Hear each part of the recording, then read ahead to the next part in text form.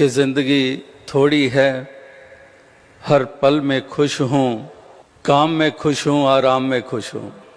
पनीर नहीं तो दाल में खुश हूँ, गाड़ी नहीं तो पैदल ही खुश हूँ। आज दोस्त पास नहीं है तो अकेले ही खुश हूँ। कोई नाराज़ हो गया है, उसकी इस अदा में ही खुश हूँ।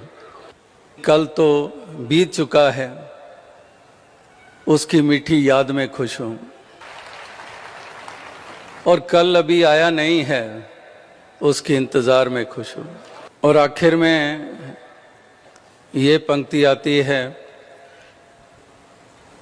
कि अगर ये पंक्तियाँ अच्छी लगी तो जवाब दे देना, अगर जवाब नहीं दोगे तब भी खुश हूँ।